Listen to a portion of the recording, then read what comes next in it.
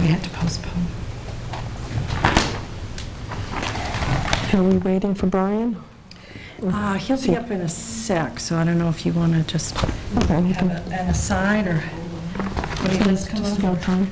Do we have to elect officers tonight? Yes, you do. Yeah, oh gosh, move it. All right, is everybody ready? Oh, what about the, right, TV? Yeah. All set. Hi, oh, thank you. Okay, it's 7 o'clock. I'd like to start our zoning board meeting with the Pledge of Allegiance. I pledge allegiance to the flag of the United States of America and to the republic for which it stands, one nation, under God, indivisible, with liberty and justice for all. Okay, this is a reconvened meeting, continuation from our postponed meeting of April 3rd, and I'd like to start with a roll call. Howard Burnham. Here. Freeman Plummer. Here.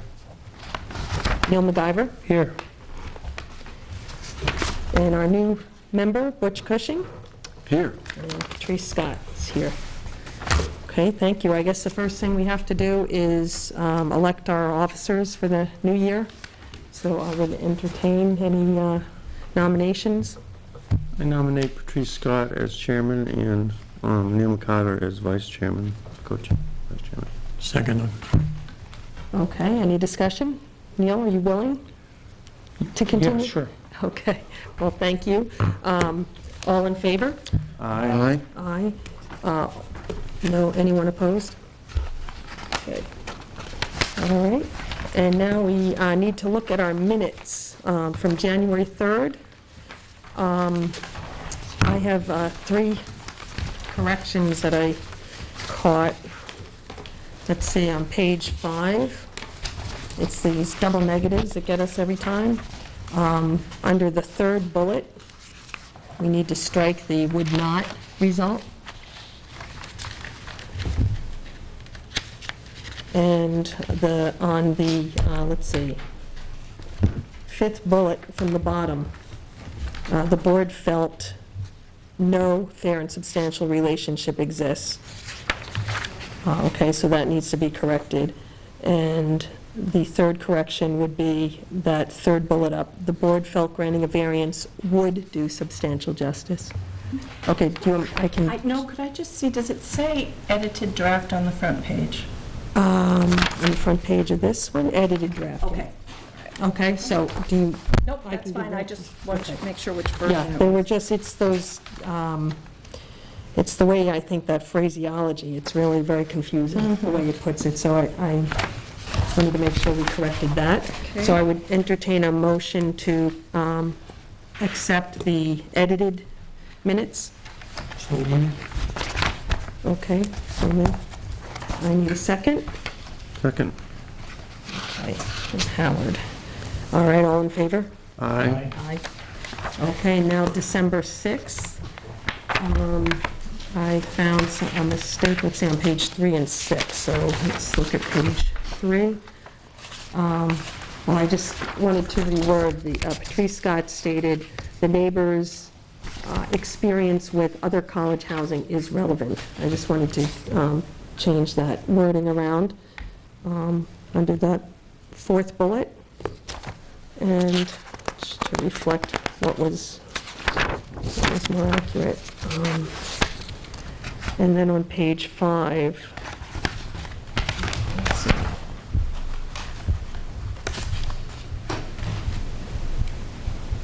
I would suggest just, let's see, the minimum frontage in agricultural zone is 100 feet, and the frontage misses by 6 inches. I just wanted to see if we wanted to say it was negligible instead of all that sentence. It is the opinion of the zoning officer and the town planner that this amount is negligible. I think 6 inches is better. You think it's okay? Yeah. I think 6 inches is better. Oh, right, I don't mean change to 6 inches. I'm talking about the sentence. It is the opinion of the zoning officer and the town planner that this amount is too small of a number to consider denying on this premise. I think we should keep it like it is. Okay, anybody else? Keep it? Keep it. Okay. Okay, and then let's see, the next page, page 6, I think we just have a typo. Began instead of the italics paragraph up from the first bullet, right here. It says the board became consideration. Oh, Okay, right, that's began. spelled check. Right. So that's a simple one. All right, I would entertain a motion to accept the minutes of December 6th as corrected. So made. Okay, Make a Howard, motion. second. Freeman. All right, all in favor? Aye. Okay, thank you.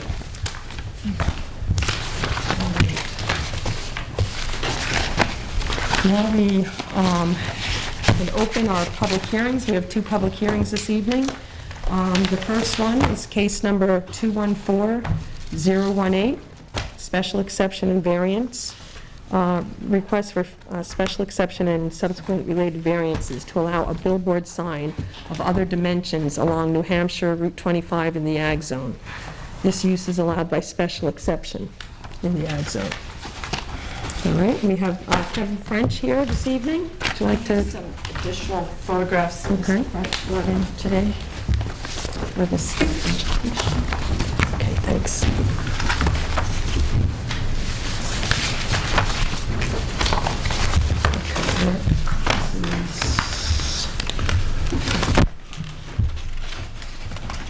This is Route 25. How big are those signs? 10 by 28? Yeah, we'll get to that.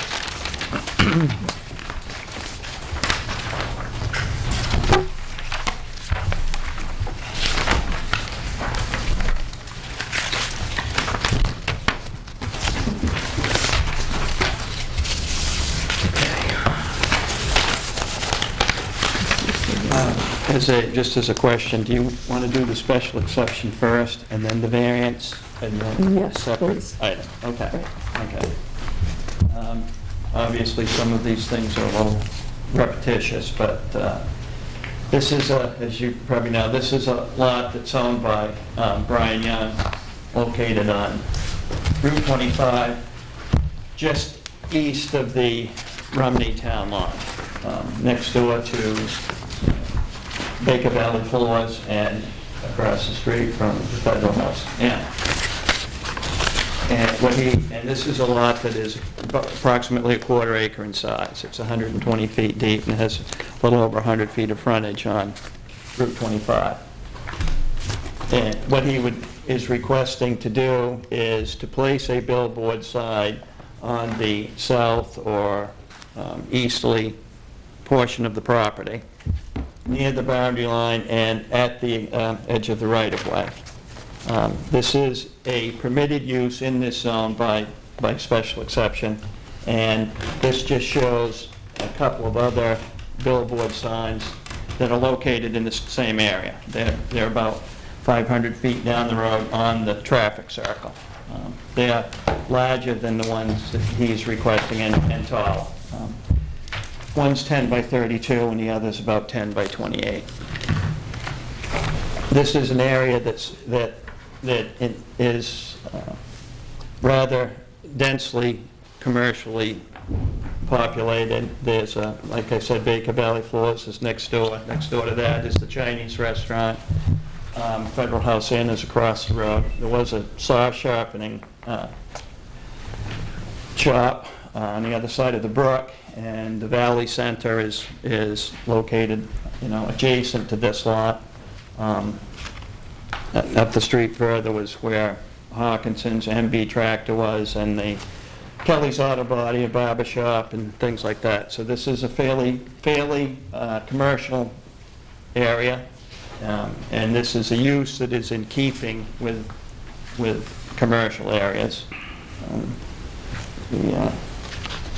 And obviously, as there are billboards in the area, it's not changing the character of it in any way.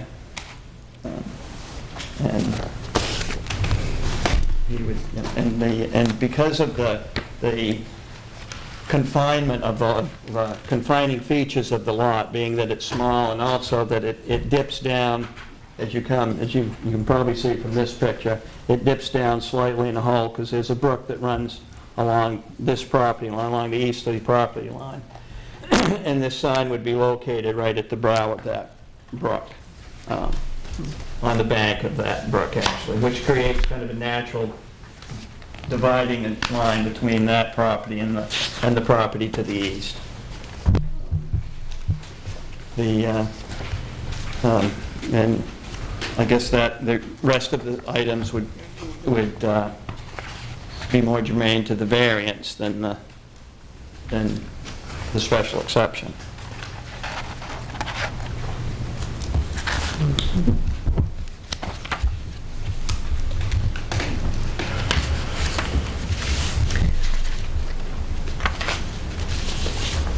Okay, would anybody have any questions? I know exactly where this is. I drive by it twice a day.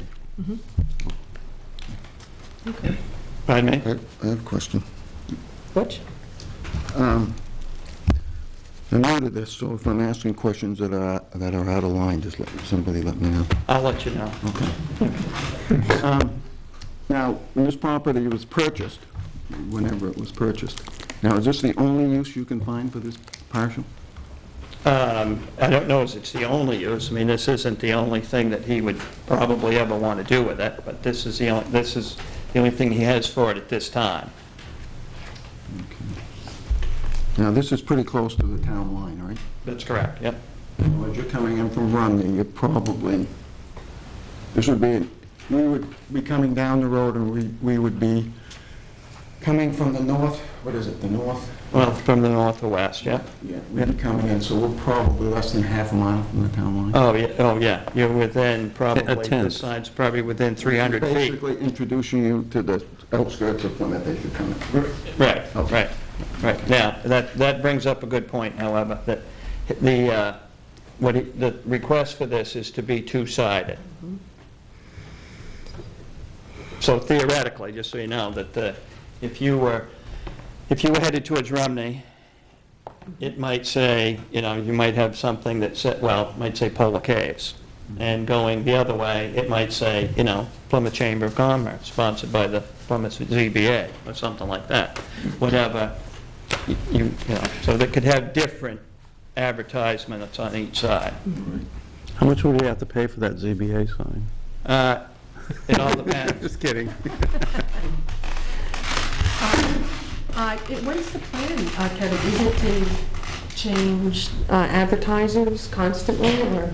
I suspect, and this is, if it's in keeping with the same, Brian has a billboard down in Route 3, and that is a 10 by 20, which we're asking for here, and that's the community bank. So I believe the hope and intent is to find somebody that, leases this space for, on a yearly basis, repetitively, kind of like the Polar Cave ones have been down on the traffic circle for years, so. Right, well, when you mentioned Polar Caves, I'm just wondering, are we going to be seeing a third Polar Cave sign in that area, or is it going to replace a Polar Cave sign? Or? That I don't know. I don't think as I asked him, he didn't have anybody in line yet. Okay, so these are basically going to be open. I don't know if open. Polar Caves is interested in doing a south of the border type of thing, where, now you're 500 feet and 300 feet and that, but no, no, at this point, nobody's, Okay, so.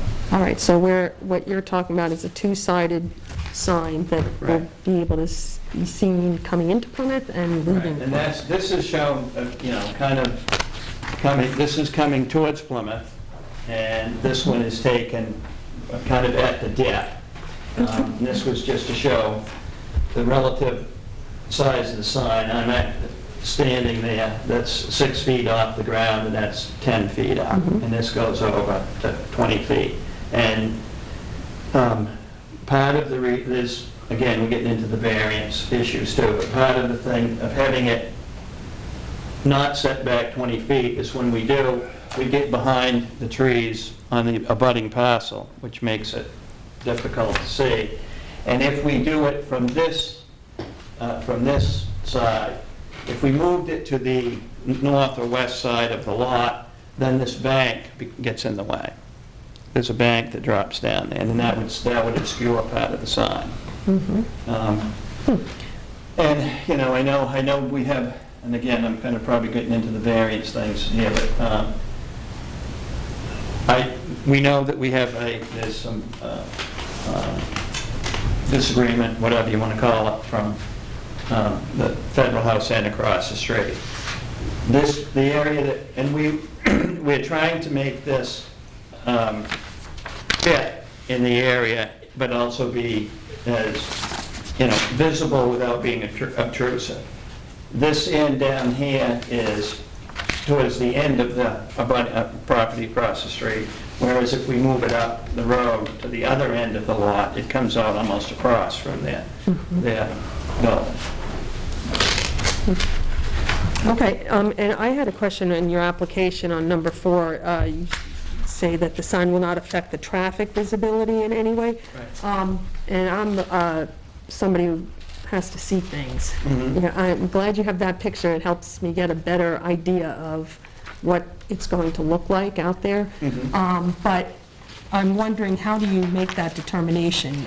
Was there any kind of highway engineer or a traffic study done? I mean, how do we know that placing the sign there as opposed to, you know, in the middle of the lot isn't going to obstruct anybody's vision coming around that kind of corner? Well, no, there was no traffic study done per se, other than the fact that this is you've just left coming west towards Remedy, you've just left the traffic circle. And of course, you're, like everyone, you're doing 35 miles an hour as you are coming this way too. However, when you start down the straightaway, if it's there's no benefit as far as visibility or safety or moving it to the middle of the lot than having it near the edge. And because it's such a small lot, we don't want to encumber it. He may want to put something else on that lot and just doesn't want it to be a quarter-acre billboard lot. So if he did, he wanted to, you know, keep it off to the side as much as it could be. And again, the more you move it towards the middle of the lot, or towards the north end of the lot, the more the bank obstructs it. This bank obstructs the view going south or east. Okay. I got a question for Sharon. Do we know when those other billboards were approved? I'm sorry? I didn't hear you say you were speaking to me. I'm sorry. Do we know when those other billboards were approved? Do we know when? When? Did they come before a zoning board? I've lived here for 20 years, and those have always been. I know, I was here as a kid. Yeah. I think I can remember them back. Yeah, I don't believe that those, 30 years ago. right? And I would be willing to bet that those billboards, not necessarily, I don't know what signs were, I've been public for a long time, but I would. Now, they have a license plate on They them. are permitted by DOT, so Okay. that's Right. a little later in the Actually, conversation. Those are actually in the right of way. Right, I was going to ask you if that's why they had to be. Yeah. Okay, so they had to be approved, And they're right? also, you know, they're over 20 feet Right. tall. Now, for size, you're asking for, what, 200 square feet? Right. That billboard that he has down on his other lot in Bridgewater, Yeah, roughly what size is that? that's 200 square feet. That is. Yeah, that's one. Yeah, yeah. Is I any have of a this, picture of that if you want to see Yeah, it. I got Okay. one of the pictures Okay. here, so Yes. I actually went down and looked at that site, so it gives me a kind of a, Yeah, if I could just make a point of reference, Kevin did stake out on both these projects the preferred location with surveyor's tape of these. Okay, so We that's saw, what- that's what right, we that's what saw. the polls Anybody were. else who's gone out and looked, hopefully people have gone out and looked, so you can really get a reference to where it is. Proposed. Where you'd like to put it, so it's right, it is right on the And edge. just for reference purposes, I think you can see, this is actually, I have a range pole there, and that's at 6 feet. my hand is at 6 feet, and the top of it it's 16. So that's the 10, and that's the So 20. so would that be lit? Did you say- What's that? Did you say that was lit? That's gonna be- I didn't say it was lit, however, if it was lit, it would be the same way as the one that they have down on the community bank one, and those are also on a timer. So they are, I believe it's like in the dark months, it's like from 6 to 9 in the morning, and then I think, and then whenever, it's up until, I think, 10 o'clock at night. But they are on a timer. Okay, so that's not in your application, a request for lighting?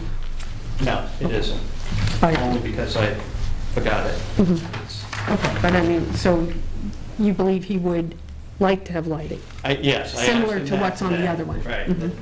Or he may like, depending on who leaves the sign. These are not lit. So, it may or may not be. Okay. I have questions. Yep. The highway right-of-way, how far from the center line does it extend? In this area, actually, the right-of-way, it's quite wide coming around the traffic circle, and then it narrows into about 50-foot right-of-way in this. From the center line? Yeah, no, 25 from center line. It's about 33, I believe. it's 33? Yeah, from center line. Do you consider that to be the boundary line, Yeah, well, your property line? I mean, where's, you know the pins. yeah, no, that is where, actually, the pin on this lot is within the right-of-way. So the actual boundary line is back from the right-of-way from the road. Is there any dispute about where the boundary line is? No, not that I know of. No. So you go by the 33 foot? I went by that, and in this area, it narrows down to between 25 and 33, because the road's narrowing there. The highway is Because of the narrowing. bridge? Actually, because I believe because of that was where the project ended, and this stretch of road was on the old original Moose Walk Highway, and they didn't expand when they were coming through there. So it gets wider going It gets- south? It actually gets wider going both directions. It Oh. widens up when you get further east and west. He's got, So, it does, I think that there is, it does kind of, it shows, it sets in right at this I got property. this one here. well, you got both. It's in there. Oh, I had another question. Does this property have any restrictive covenants on it, in the deed? Is it in the flood zone at all? Pardon Is it me? in the flood zone at all? No, What about wetlands, Kevin? there aren't any on this lot. It's not on your lot, but when we went, I went out to There are look. wetlands behind it, and there's a stream that runs around This it. is the lot Okay, but here. that's not But part that's of your not- lot? This lot, if Yes. you looked at the lot, it's basically that flat, cleared area on top. Okay. Like I said, it's only a quarter of an acre. Okay, So, okay. so on my question about the setback, you're going to consider the 33 foot from the center line? Whatever the right-of-way is here is, I believe it goes down, it's between 25 and 35 because it's coming back in there at that particular point. Yeah, it looks like on the map, like it narrows down right in It front of does, the lot. it does. That's exactly. So that would be 25 foot, In that area, right. yeah. is that right? Yeah. Okay. Do you think, in your opinion, if the sign is closer to the road, there's less distraction for a motorist? Well, in my opinion, and not just because I'm representing the owner, but in my opinion, that is the best spot for it, with the billboard sign on the lot. That is the best location for it for a number of reasons. It's visible from the road without being too far off the road. It's not obstructed by any abutting trees or anything like that. And it's it's furthest away from any of any other abutting use, while still being visible from the road. I mean, if we move it back, obviously it's further from other things, but we lose visibility of the sign, which kind of defeats the purpose of the sign. And having it on the south end of the east end of the lot is really the best location for it.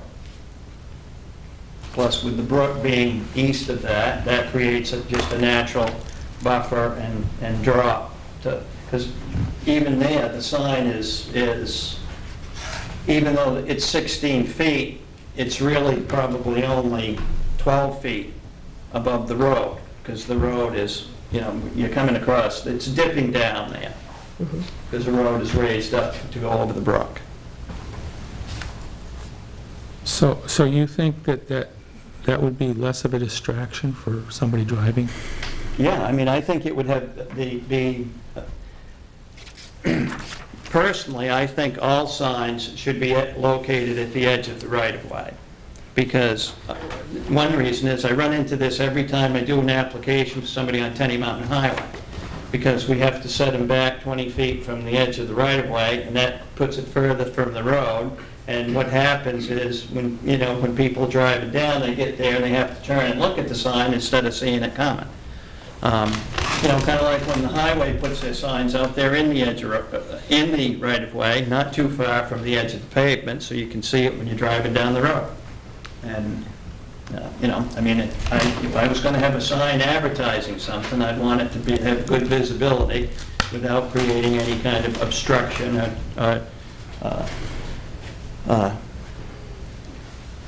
know, to anybody driving by, or from any of the neighbors. Thank you. So the state says we have to be so many feet?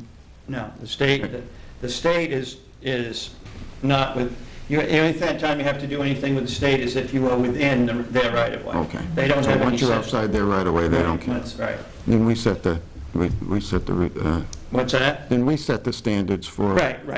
From the boundary line to whatever. Right. Which is what, 20 feet? 25 feet? 20 feet from the edge of right-of-way. 20 From feet. the edge of the right-of-way.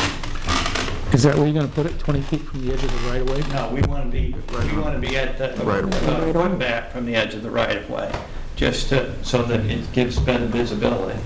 Yeah. Okay. So that, Freeman, do you have any questions? No, I just have an opinion, but it seems like we're putting signs up all over the place. Can't go down a highway without, oh, there's another sign, better read it. And then you get somebody coming along that's yakking on the telephone or something, and they drift over the edge. You don't see it because you're looking at a sign and you got a problem. Okay, how, should we, have you told us everything you want to, Mr. French? Pardon me? Do you have anything else to say? in Well, support of I the guess my application? question is, are we special exception here, going to variance, or are we? No, just- I think we should do the special exception first. Right, And then okay. we'll, I think we should go through that, and then we will Okay, get to the Okay. different aspects of the variance, okay? So, well, why don't I just want to make sure everybody's asked Kevin what they'd like to? I'm sorry. Okay, and then I would like to open up the floor and ask if there's anybody who would like to speak in support of the application. And I'm sure we have Mr. Wood here, who would like to speak. In opposition. In opposition, correct. I'm Attorney Patrick Wood, Thank you. authorization. I represent Kevin and Cassie Steinfeld. Mrs. Steinfeld is here. Hi, Mrs. Her daughter, Steinfeld. Meredith. Hi, Meredith.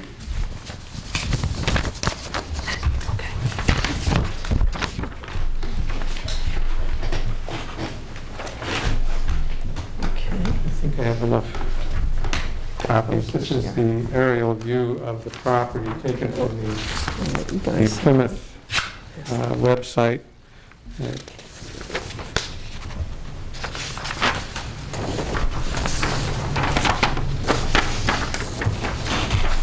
The applicant's property is the little, almost square rectangle right about in the center of the picture.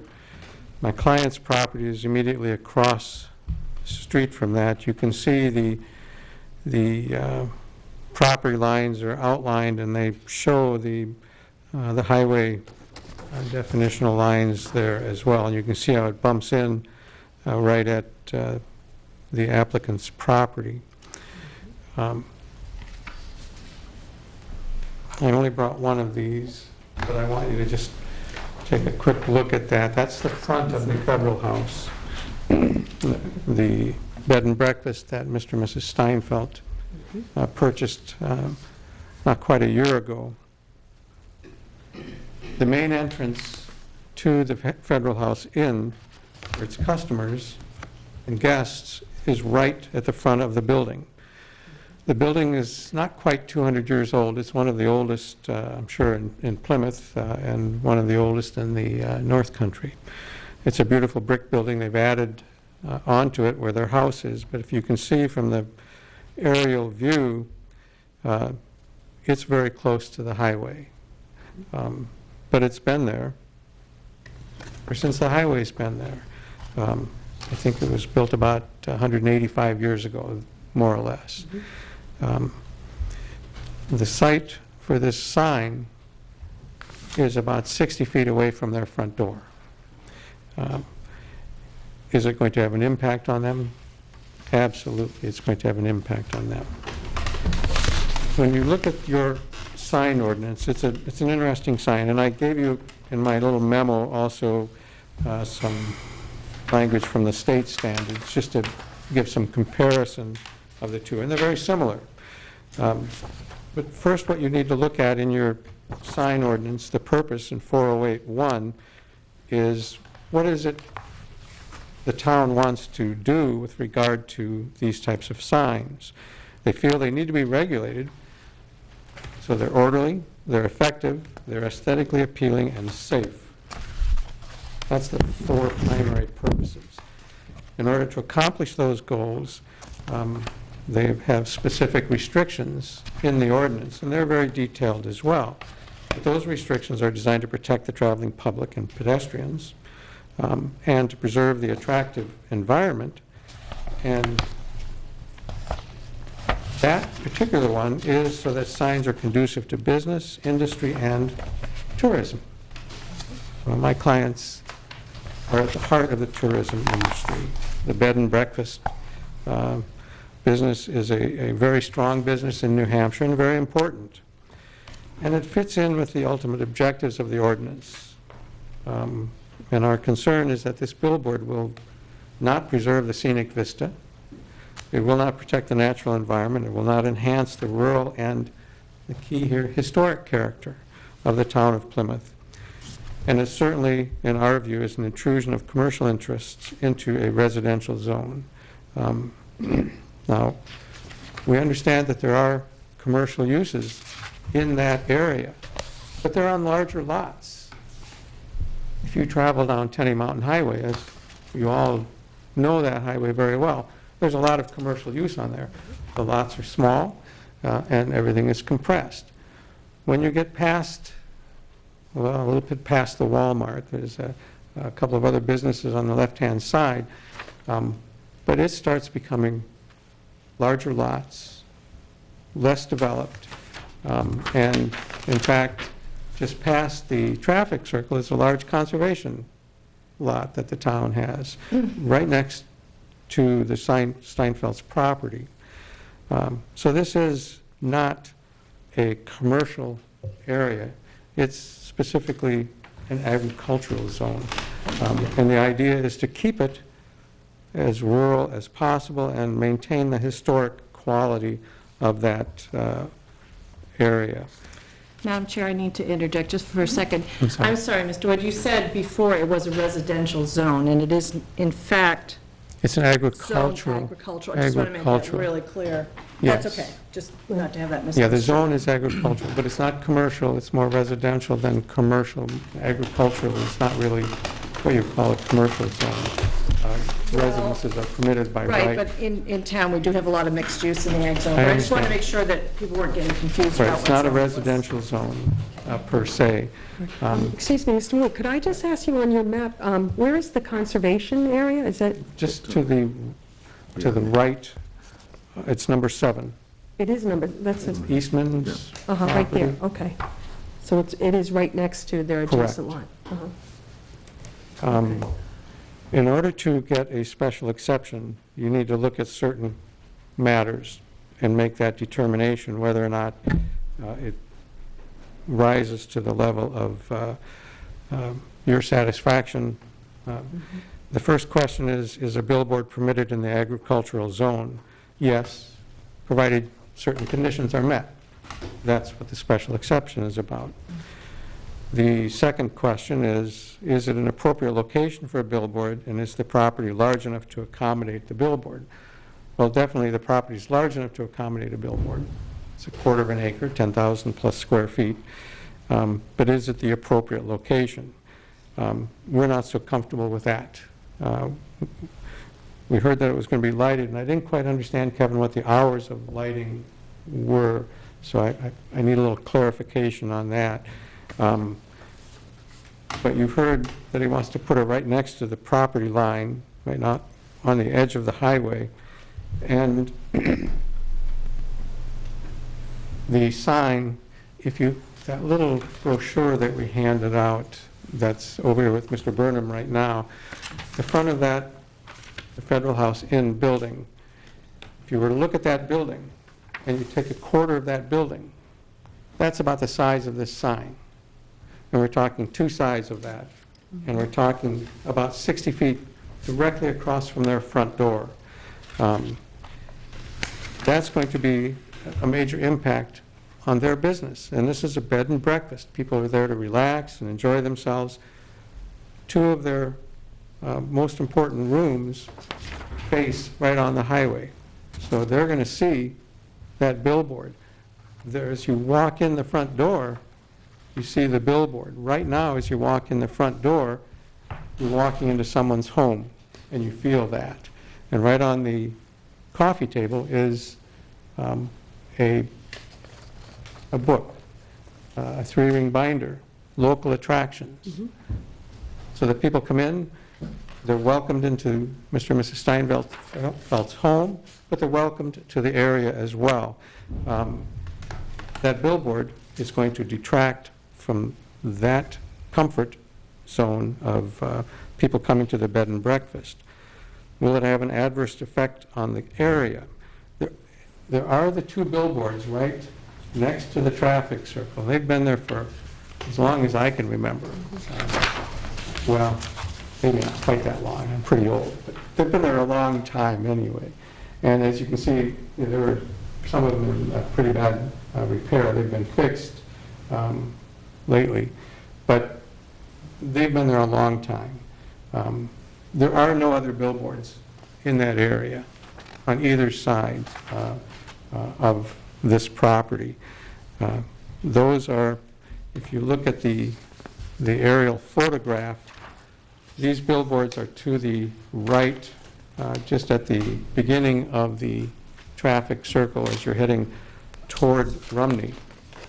Now, the other thing on this photograph is it shows the town line, that's the dashed black lines here. So we're talking about an area that's approximately 450 to 500 feet from the town line where the sign is going to be. And it's about the same distance to where the traffic circle ends. Now, the speed limit at the traffic circle is 35, and as Mr. French says, everybody obviously goes only 35 at that zone. But there are occasions when people are going faster than that. In fact, those occasions are probably numerous enough so that the police are there regularly stopping people, especially coming from Rumney. And having a billboard right in that location, as it shows on that thing, as close to the highway as they're proposing, is going to have a major impact on the visibility of the people driving. It's going to have a major impact on the area. As you can see, this is a wooded area, and you've got buildings that are near the street, but this is primarily a wooded area. You don't see those buildings, but you will certainly see this billboard, and it will be very glaring and visible, and it will affect the character of the neighborhood, both coming from the east and from the west. Would it create a potential nuisance or hazard? We think it would. I was generous in my memo of saying 40 miles an hour. I've seen a few of those cars going by as I was visiting the property a few moments ago. 40 is probably a little bit generous on their behalf, but they are coming at a rapid speed there. Even if they were going only 35, that still is a pretty good clip in that particular zone, because their traffic patterns are changing dramatically in just a few hundred feet.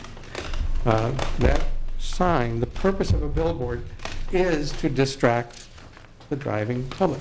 That's the purpose of it. And we understand that. We understand what advertising is all about. We understand that businesses need to advertise. But in this particular location, a 200 square foot sign, two-sided, is not going to only be an advertisement, it's going to be a glaring visual area between the aesthetics and the commerce. And it creates, because of its size and its location, a hazard to vehicles and pedestrians. People want to walk, they want to bicycle, they can't do that if they have to watch out for cars all the time, and cars are distracted by a billboard that's that close and is lighted, especially in that particular location. Would it create an unnecessary or excessive burden on the town services? We feel that's a substantial risk that you need to weigh. We think that it does create the potential for more accidents. That would create more problems for the town. And finally, would it affect the public health, safety, and general welfare of the neighborhood? Yes, we think it would. It would definitely affect the health and safety of the Steinfelds. We think it would endanger the traveling public. It would endanger the pedestrians and the bicyclists. And we think the general neighborhood would suffer by that intrusion of such an intense commercial use. So for those reasons, we would request that you deny the special exception.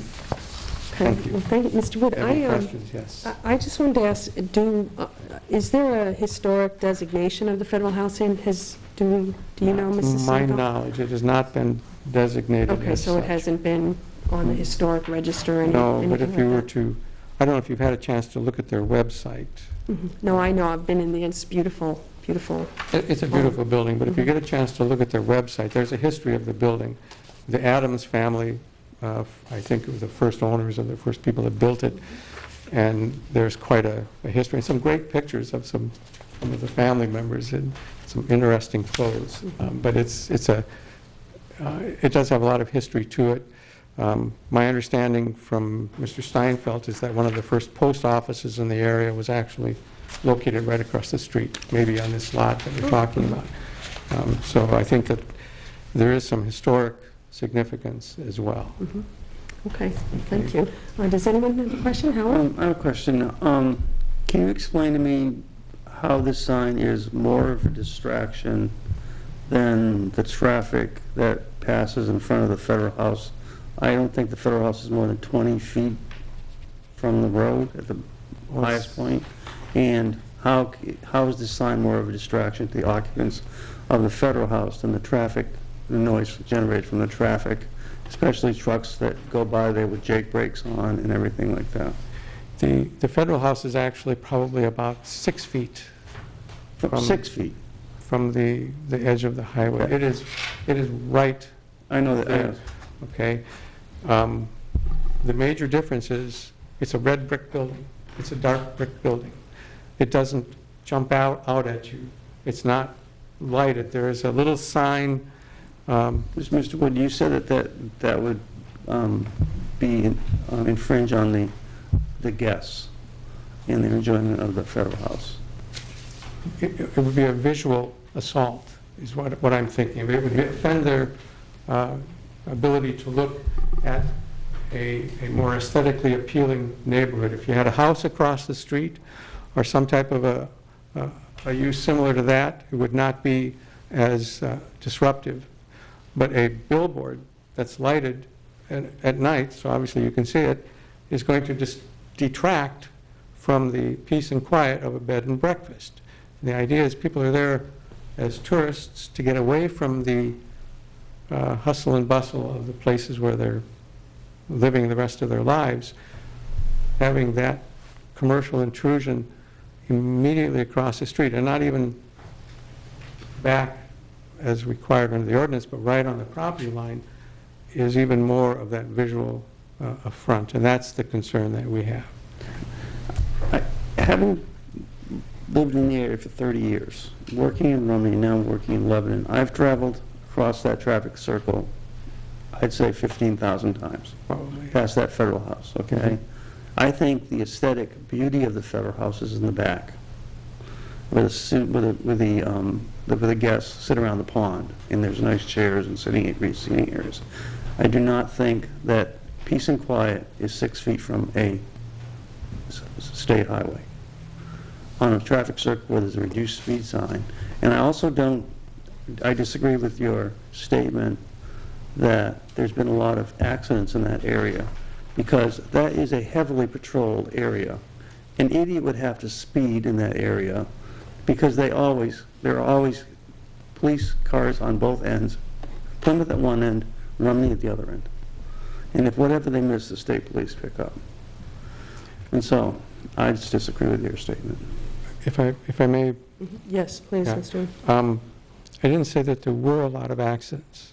I said, in our opinion, having that sign there will increase the likelihood that accidents will happen, because that area is an area that has a traffic pattern that changes dramatically as you're coming from Rumney into that area and coming the other way. And people are going to they should be focusing on driving in that particular area because of that traffic circle. But if there's a sign right there, it's going to distract them, even for a few seconds, and that's a very dangerous distraction. With regard to the impact on the federal house, it wasn't the peace and quiet. We understand that we're right on the highway. It's the visual impact of that sign immediately across from their front door and the 2 bedrooms that are right on that side of the house. That is our concern. Can you explain how the distraction is more? Because when I drive by there, I'm distracted by I've noticed the changes in the front of the federal house, in that the fencing is kept up, the flowers that come up in the spring, the way they change the flowers in the carriage in the front, or the flowers in the flower garden, okay? So that's what catches my eye when I go by the federal house. And that's what we would like you to see. Okay. But if you have a big sign right across the I street... would look at that sign one time. Well, I don't see those other signs. They're not there well, to me. I appreciate your view of the world. I wish everyone had that. If they did, they wouldn't be talking about having a sign there, because obviously there is a purpose for having those signs. Because most people will look at those signs. They may not like them necessarily, but they will look at them. And that's why they have billboards. Okay. Question. Neil? I know that this area has had a historic commercial concentration for many, many years. And there's at least 9 other businesses within a short proximity of this area where they want to put the sign in the federal house. Do you know how large those signs are for those other businesses that are right in the neighborhood? Well, I'm not talking about Polar Caves. I can't, you mean other billboard signs or other Other business signs? I can't tell you dimensionally how big they are, because I didn't go out and measure them. The nearest sign is for the property right next to the sign with the applicant's property. There's a little sign there that's probably 3 or 4 feet wide and 6 or 8 feet tall. On the other side of the street, there's a sign that's set back for the business complex that's next to my client's property. That's a little bit bigger than that, but I don't think it's the 200 square feet, although as I say, I haven't measured them. I don't remember any signs on the building on the other side heading just across the line into Rumney. I don't remember a sign there. There's the Chinese restaurant, and it has a sign, but it's, maybe a 6x8 sign or something like that, or 8x8. I don't remember exactly. And then there was the tractor business. Again, their signs weren't 10 by 20. They weren't that big. But I did not measure them, and I didn't take photographs of them. I mean, we can certainly continue this to the next meeting. We can have that information if you want to. But I don't remember anything being anywhere near the size that's being proposed here, except for these 2 signs that have been there for a long, long time. Right, and those signs would be permitted signs. Any of those signs are advertising on-site businesses. That's It's not, right. it's a big difference in the regulations for billboards, which are advertising off-site. The business isn't right there. Okay. So that's why we have different regulations. But yes, and that's a very important distinction to make too, but I think that the question, as I understood it, is are there other signs in this area that are That big. somewhat similar to this proposed signage? And I didn't see any in that area. I mean, Walmart's bigger, but Walmart's just bigger. Actually, I don't think their sign is that. There it's not. I No, it's not. drove all over looking for anything near that, and those are the 2 signs that we're considering, are the only 2 big signs like that. Walmart And the signs. polar caves Yeah. are bigger. So, okay, anybody have any other questions for Mr. Wood? Madam Chair, may I ask a question? Oh, yes, Mr. Murphy? Brian Murphy, Plymouth resident, and also the code enforcement officer. Okay. Beside the point, here's resident. At lot 21407, that abuts the property to the south, Right. you said it was conservation land? Well, on the tax map, it shows that it's being conservation, and that's what I was... I have it Really? as private property. Okay, and I may be wrong on that, but I'm just looking at the tax map, and it has it a different color, it's shaded in, and it's... I think it's in current This is use. all wetland in I think here. it's in current use. Current use is not conservation. Right. It's an Okay. important distinction. Because the town has nothing to do with that property. Okay, And For some reason, it has a different color on it on the tax map. It may be because of their, the status of the current use. Well, I mean, there are 2 types. I'm not sure, but I just wanted to Okay. tell you that, a couple of observations regarding the local signage. What the chairman said is correct. The only other freestanding sign is at East and North Restaurant in the north of you, and as the chairman said, it's a permitted sign, Right. permitted use in that zone. However, it is internally lit plastic. So, I mean, the visual impact on that is much greater.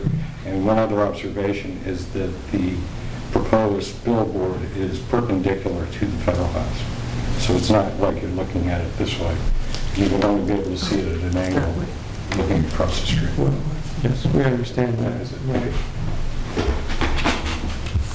okay, so we just want to clarify that that parcel is not conservation land that's right next to it. It may be It's current actually for use? sale right now. It's in current use. I looked it in up. current use. Okay, and Neil had an observation?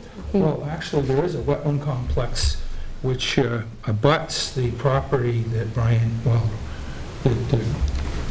the applicant has, wants to put a sign.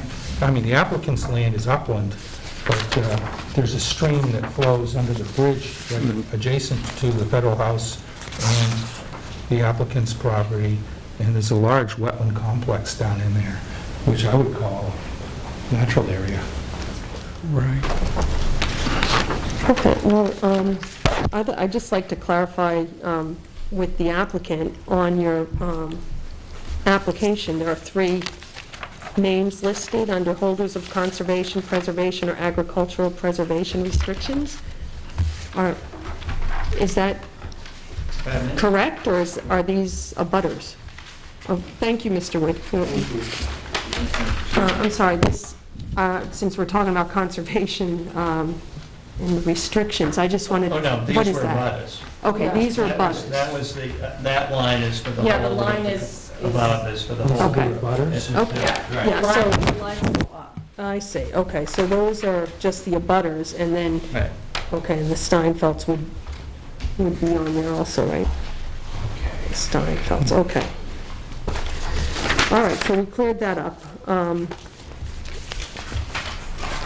Does anybody have anything to say, or would we like to discuss and make findings on the case? I'd like to, or, I'm sorry, I forgot to ask if anybody else would like to say anything in opposition or support?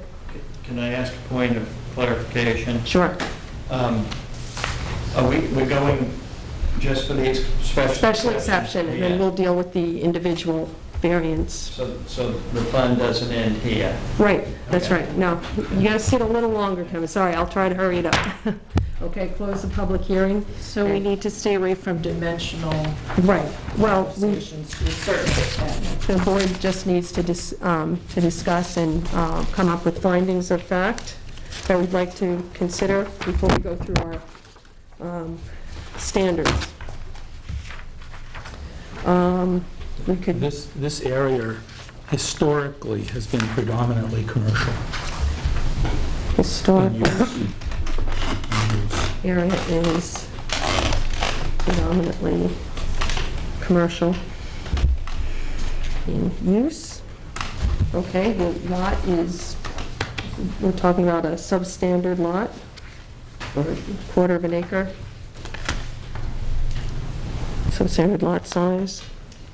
But it's legal non-conforming. Right, but it still is developable because it's Legal existing. Developable.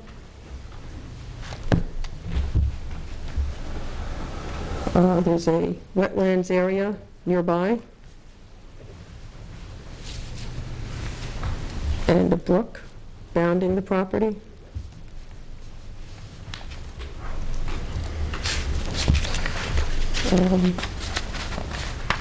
I'd like to say sign would be 60 feet from the Federal House Inn, front door. It's perpendicular to the Federal House. Okay, sign placement would be perpendicular to and 60 feet from front door of Federal House Inn.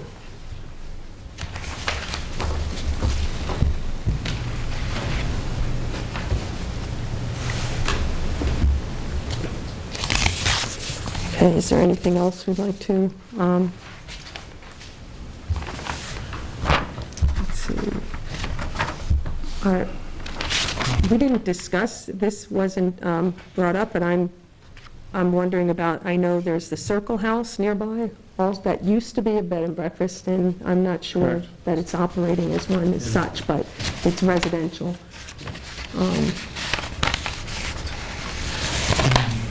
The geography of the site makes it difficult to cite the sign. Okay, In other that's words, good. it's Right, the it's got berm in the road. limitations. The site has limitations because of the slope. Site has limitations due to slope.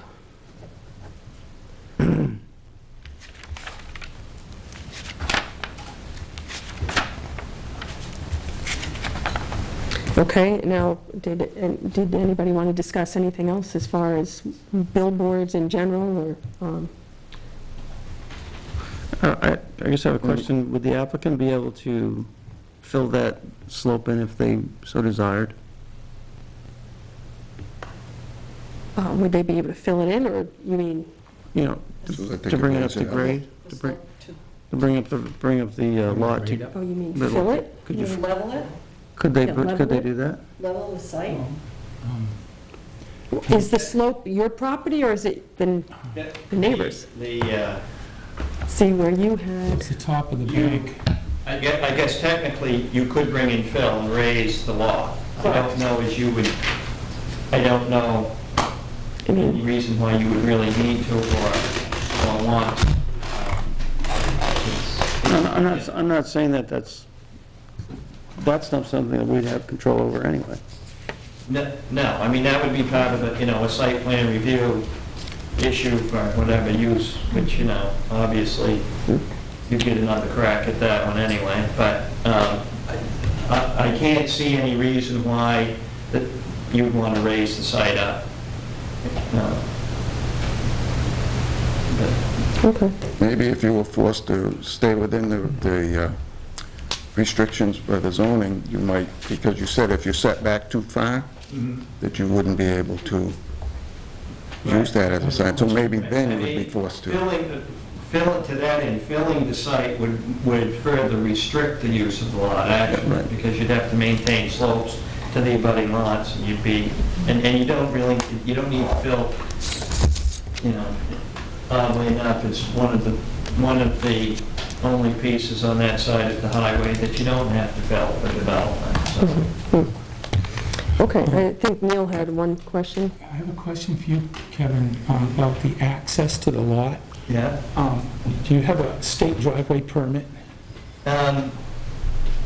We don't have, there's a pull-off in there, but I don't think it's not permitted per se. Is there any restriction are you limited on your access? I don't think that, no, the only limitation that I can say is when a use or building was placed there, we'd have to get a state driveway permit at that time, for whatever, be it a residential or commercial or things like that at that time. For that building, we'd have to get an updated driveway permit. There is permitted access to the lot. The state doesn't have limited restrictions? No. Well, I don't want to speak for the state, only to say it does have access. It has legal access to the lot. And depending on what use was there, the state might, put a restriction on it. Like they might say, we want you further from the bank, or something, from that bank in there, just for visibility purposes. There's good visibility, so I couldn't see any restriction that they had put on, but I can't speak for them. But that would have to be permitted at the time anyway. Okay. All right, well, I think, does anybody have any further observations? When do we get to voice our concerns? Right now, Butch, if Okay. anybody has anything to add to the discussion before we go through our criteria. Okay. One of my concerns is that we have the Polar Cave signs out there right now. And now we have this applicant's become forward to add another sign out there. So my concern is how this stuff kind of crawls along and how one thing kind of leads to another. And what will prohibit from them coming south on the highway more towards our commercial end, with larger, people coming in who want larger and bigger signs. So that's one of my, that's a big concern. And another one is signs. I don't care, there are a few of them, but their signs aren't really very attractive. And there are some that are, but they're far and few between. So that's another concern. Another concern is it's that gateway coming in from the north, coming into town, and that's a concern. I'm not, that concerns me. So I was just wondering how anybody Okay, else well, felt. great, thank you. Anybody else? I know Damon mentioned his concern earlier, so I just wanted people to be able to, How large a sign would they be permitted without a special exception? 100 square feet? yeah, 100 square feet is what's allowed under the ordinance. Per side. Freestanding, freestanding sign. 100, yeah, 10 by under the 10. freestanding, Yeah, so you can have a 200 aggregate if it's a two-sided. And they want, this particular application is two-sided, 200 per side. right, so that's actually what the request is for 400 square feet. So, okay, well, I would just like to add my concern that we have 2 signs out there already that are non-conforming that probably existed before we even had zoning. And I personally do not like the idea of putting larger signs, especially in rural areas, and especially when we do have a thriving business in the area. There were at one point 2 bed and breakfasts. I have stayed at a bed and breakfast last night, as a matter of fact, Howard, when I looked out and I saw this yucky parking lot. I wished I was on the other side of the building for the money I was paying.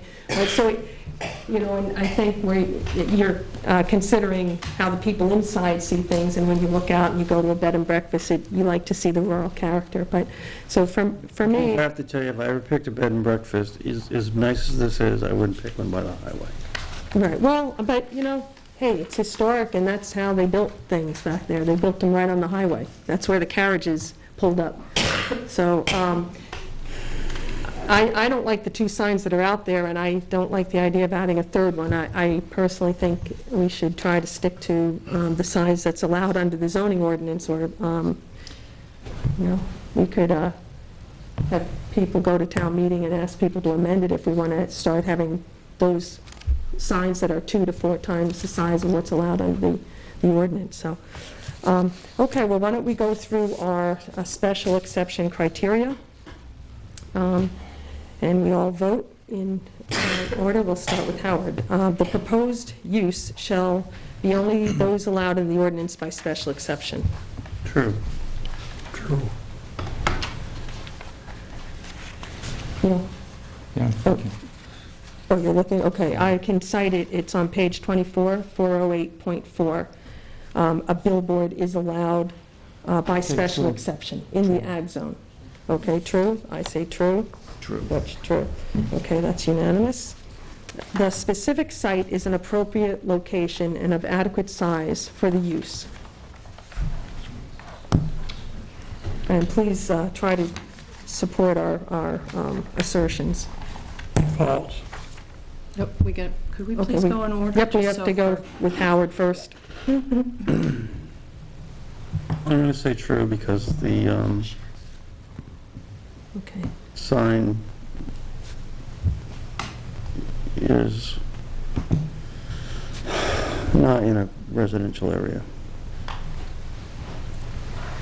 Okay, Freeman? False. I think it's in an inappropriate place for it. Okay, do we, Neil? True. Okay, you say true. I say false. I think it's inappropriate because it's directly across from a bed and breakfast. It's very close to a traffic circle. The placement would be problematical. And I think the largeness of the sign for such a small lot is a problem. Butch? I'd say false also, if taking into consideration the size of the sign that they want. And I'm concerned about the residents in that area. Okay. All right. Number 3, the use as developed will not adversely affect the character of the area in the proposed use will be located. I'll say true. I'll say false for the reason previously stated. Okay, Neil? True. Okay, I say false for the same reasons as above. I feel that it is commercial, but it's also residential in that neighborhood, and the businesses seem to be housed in residential character. Okay, Butch? I'd have to say false, and agreeing with you on the items that you stated. Okay. Number 4, there will be no nuisance or serious hazard to vehicles or pedestrians. Having driven that road this many times, I say true. Well, I've driven that road a few times and I say false, because there's always bicycles and there's always pedestrians and you have to look out for them. Okay, yeah. True. Okay, I say false. I'm concerned about the size and close placement to the highway. I can't tell whether that would affect driver attention or not.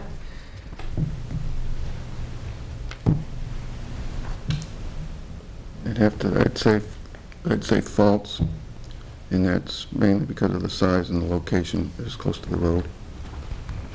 Okay. Number 5, the use will not place excessive or undue burden on town services and facilities. I'll say true. I'll say false. True. Okay, I'd say false. I'm, again, uncertain with the traffic situation. If there are accidents due to driver inattention because of the largeness and the placement close to the road, that would increase town services. I'm just concerned about that. I'd have to say true. It would be, the reason I'm saying true is that I don't spend enough time out there, and I'm not real sure if it would be a problem. I don't believe it would be. Okay. Number 6, there would be no significant effect resulting from such use upon the public health, safety, and general welfare of the neighborhood in which the use would be located. I'll say true, based on the fact that there's only one of all of the abutters, there's only one objection. Okay. Freeman?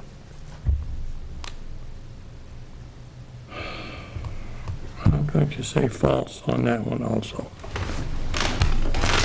Okay. True. True, okay, I say false. I think there's a possibility that allowing another large oversized sign in combination with the other two, that we'd have an onslaught of billboards popping up. Okay, Butch? I'd say false. I think because we do have a resident that's in here that is concerned and lives in the neighborhood, I think it is a concern, so I'd say false. Okay. So do I, based on our considerations, do I have a motion, one way or another?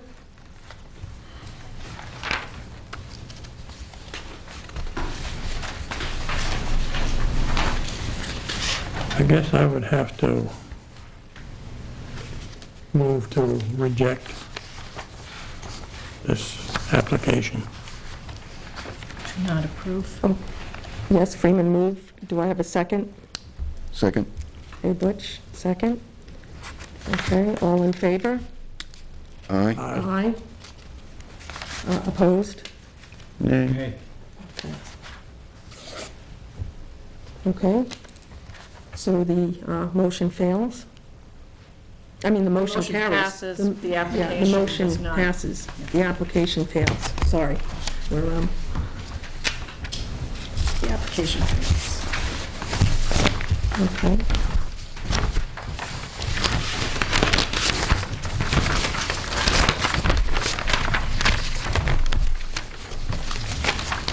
Okay.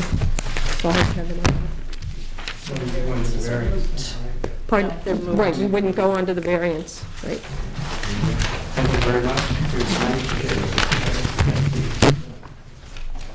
Okay, so we pass over this?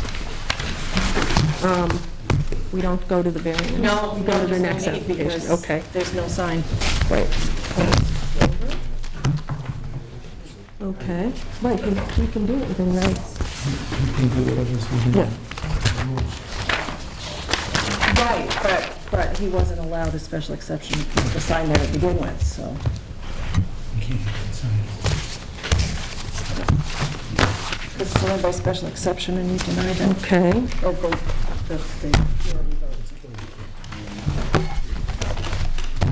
okay, so, do you need a break, or do you guys want to go right on to, Does it look like we were fighting? yeah, okay? You guys want to take a break? No, let's just go. Move Okay. on. Anybody? Shouldn't All right. be long. All right, we'll go on to the next case. Very much. Case 232008, special exception to allow a billboard in the ag zone. This is on Route 3. And we have Kevin up for us again.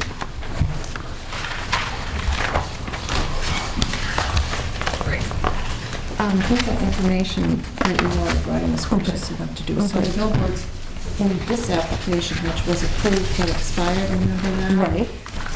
That application gives credence to those billboards, other billboards, having been existing for several years prior. Okay, the So other that's billboards, the you only mean, date. you mean the Polar Caves? No, this is Route 3, I'm sorry.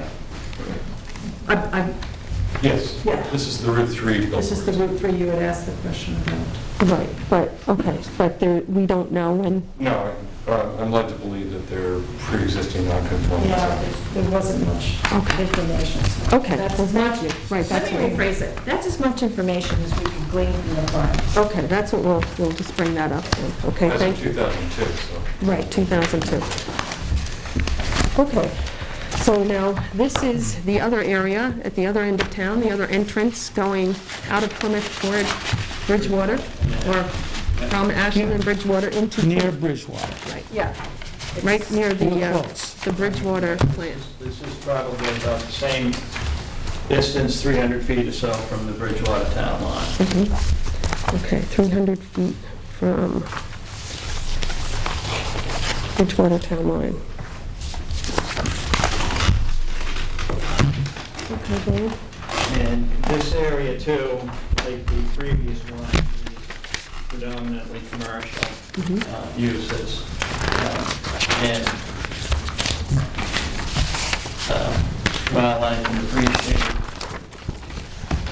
people's liking or disliking billboard signs, at some point in time, we have got to think about Route 3, Tenny Mountain Highway, and Route 25 are the major towns, in major roads in towns and the abutting towns. And this is where commercial and industrial development has to be encouraged. Well, that's right, you can't do industrial development anymore, but commercial development has to be encouraged. So,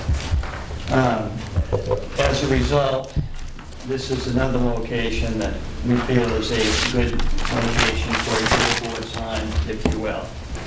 This property, there were two parcels that made up this property, and Mr. Young owns both of them, and then he merged them together. And historically, they had a couple of billboards on these lots.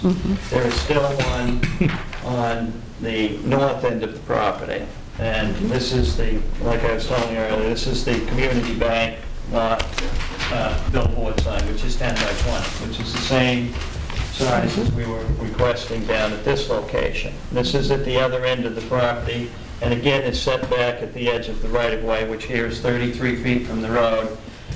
Because of the fact that if we go back further, then the trees on the abutting property obstruct the view of this, obstruct the sign. And also there, on this one, as you may be able to see from here, the road is starting to curve around.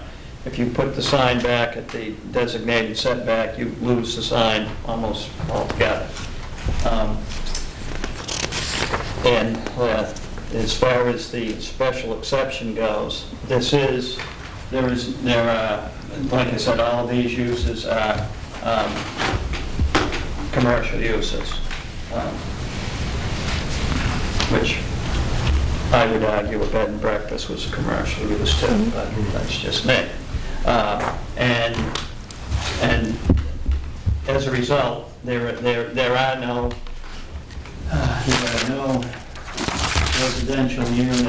residential uses that are anywhere near this sign that don't have commercial things, applications associated with them. And again, as an area, plus the historic event of there being two on the lot, we feel that this is a good location for the sign. And we feel that a billboard sign at the entrance to town has benefits to it, especially if you're coming into, particularly these of Plymouth, as you're coming into Plymouth. Billboard signs are to advertise something that is not on site. So you don't have the benefit of the business there supporting the sign. The sign has to, like the earlier ones of the toll caves of the community bank, telling you that's what you're going to be, that's the destination that you're looking for. In that vein, we feel that this is an appropriate use on this lot in this site, as far as the special exception goes.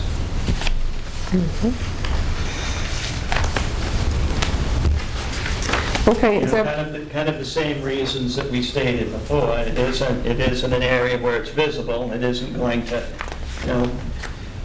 it isn't going to create any more of a distraction than any billboard creates. And if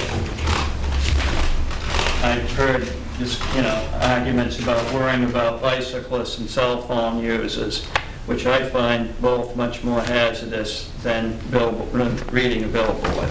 Nothing against bicyclists, but when I come up on a bicyclist, my knuckles get a lot whiter than they do when I pass a billboard. So. At the same time, you don't want to be reading that billboard and be running over a bicyclist who might be in the same place at the same time. okay, did you want anybody What's ask the center questions? line setback? 33 in this area. And you want to put it right on the line? Well, yeah, within a foot of the line. Okay. I just wanted to say I like your signs. It's easier for me to imagine. When I went out there, I couldn't really tell what it would look like with the sign. Mm-hmm. It's good to have these kind of pictures. And this is to scale as much as you can scale a photo. Because that's 6 feet up and that's 10, and those stakes, I don't know if you can see them, but they're Part of 10 feet apart. that sign's right underneath the utility lines, right? Yeah, some of it is under the utility line. And how high is that? But it's below it. Yeah, but how high is that sign? It's got to be under 16, right? This doesn't go over 16. Okay. Yeah. Okay, but Kevin, won't that, your sign, the Community Guarantee Savings Bank, that's the size that you want? Again, it's, and it's going to be double-sided, so Right. it'll be placed. Perpendicular to the Right, road. so you see 200 square feet on each side. Right. So it'll be kind of rectangular like that, It would be right? it would be Yeah. like that, on Right. the two side. Now, there's an exit right there, right? There, it's their exit. It's part of the property. Right, the They have. property, the Now, will that sit higher off the ground than that? Pardon me? Will that sit higher off the ground than that? Probably not. That's about the same height. That wouldn't be it wouldn't be a problem with a guy pulling out to see No, past that that's sign? particularly not here, because that's up on the bank. If you can see this, you're up on the bank here. You'd be looking well under that sign. Is that right across from the group home? Or is it further to the Further east? down. What's that? Is this proposed site location right across from the group home? Or is it further to the east towards the power plant? It's towards the power plant from that, yeah. Right, and isn't it across from the deer farm for the most part, that whole lot? Yeah, the deer farm actually wraps down around behind there and goes down to the power plant property. So it's around the corner? What's that? Is it around the corner? Well, the road starts to curve here, I can't, It's right coming up on the Bridgewater Power Plant, Right, It's right. actually, it It shows a shows on, curve. There's a curve there. right. Yeah, Is it right on that curve? Yeah, just coming Beyond onto it. that curve. Beyond the Yeah, curve. Beyond the curve. Towards Hiltz's? Yeah, yeah, yeah. If you look at this map, it's in your thing, this actually was the existing house, but this sign is down here, this end. And the house you're talking about, which I guess you call it, Is is fine. actually back here. That's more opposite the entrance to the construct's office.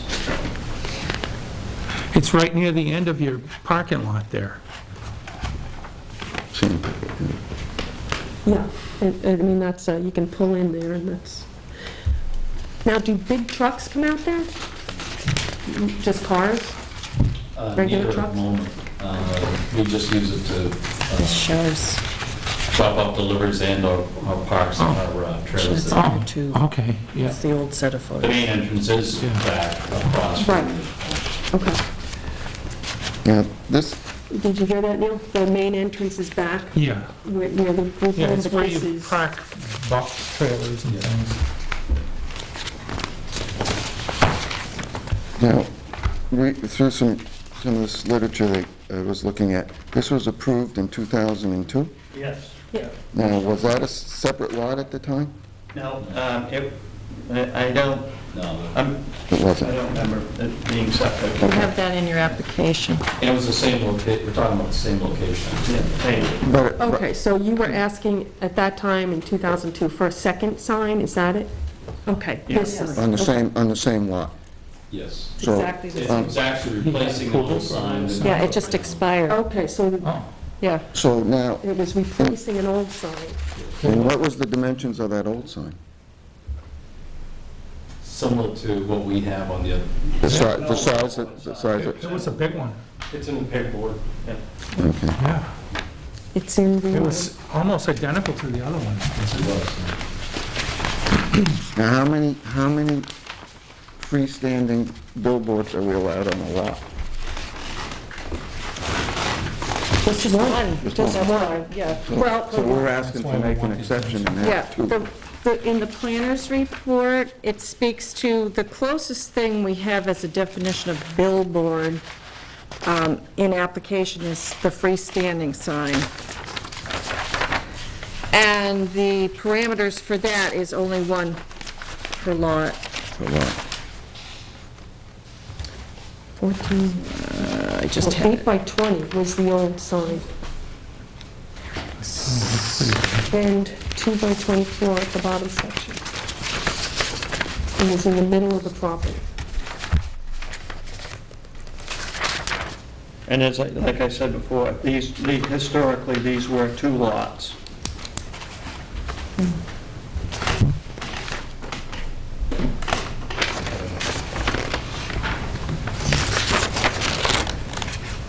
I don't understand, I'd like to talk to you. What's that? Actually, it was three? Okay, three. Ken Hobart's house used to be there. So there were 3 lots. Yep. So 3 lots merged.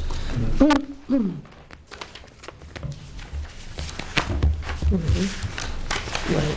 So he had an approval for a sign that expired. Right. And at that point, the zoning board discussed the fact that there were no definitions for billboard. And I think that's the problem we're running into. I mean, looking at a billboard as a sign, and we have different regulations for both, for the freestanding sign and for a billboard. And I guess they wanted to refer it to the planning board to define billboards and size restrictions. Right. And then they kind of had to wing it because they didn't have any guidance, any guidelines in the ordinance. So that's how that happened. And that was replacing, Brian, you said that was replacing one that was there before. It was a little smaller but similar in size. And in the I middle. don't really remember the exact location of the ordinance. Yeah. And what was on that sign? Did that advertise your business? No. No, it was a billboard. Okay, when I bought the property, Oh. old Right. sign. How long have you been there? Pardon? How long have you been there? Since 2000. Didn't know how long had it been there, or had it been? How long have you been on that site? We've been on this since 2000, a little bit before 2000. So that billboard was there Oh, in yeah. 2000? We bought both billboards, not the one that's currently standing, one that was similar to it in size, which is ready to fall down, as was the other one on the other end, so. Okay, and the one that's on the other end, did you replace that or refurbish it, the community guarantee? We replaced it. Okay, and do you remember what was there before? Not exactly. Yeah, I just remember seeing something, I'm trying to Oh, remember. it was similar in size, and in that particular case, that one was in the very same location. We didn't change the location at all. Right, The Hobart house that used to be there was long since torn down, it was up on a hill, and we took all that gravel down and leveled it on the same lot. So 10 years ago, I might have remembered exactly what the sign was. Right. So, yeah, we're just trying to figure it out, Brian, how and when the signs came about, because the records are a little sparse, so. Okay, does anybody have any questions of Brian or Kevin?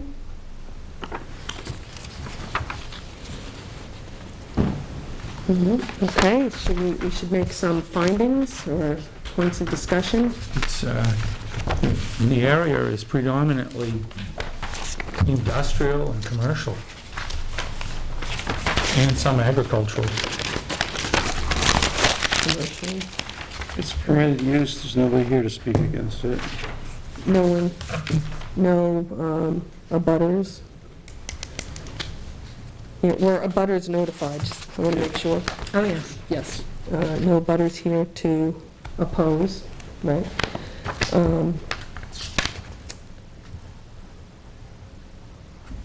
Okay. So there already exists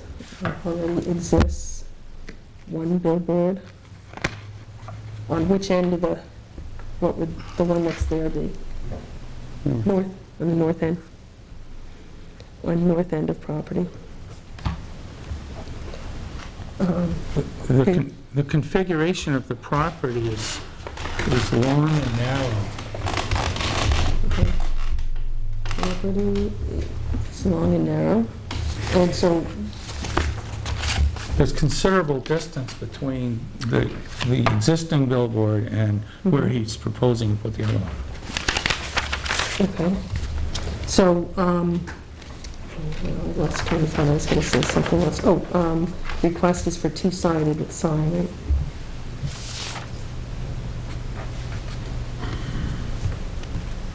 Uh, 200 square feet on each side.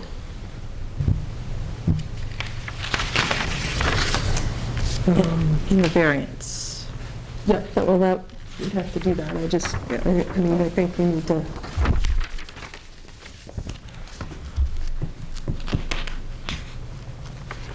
He had a permit for a sign that expired. Right, that's a good point to put. Previous permit.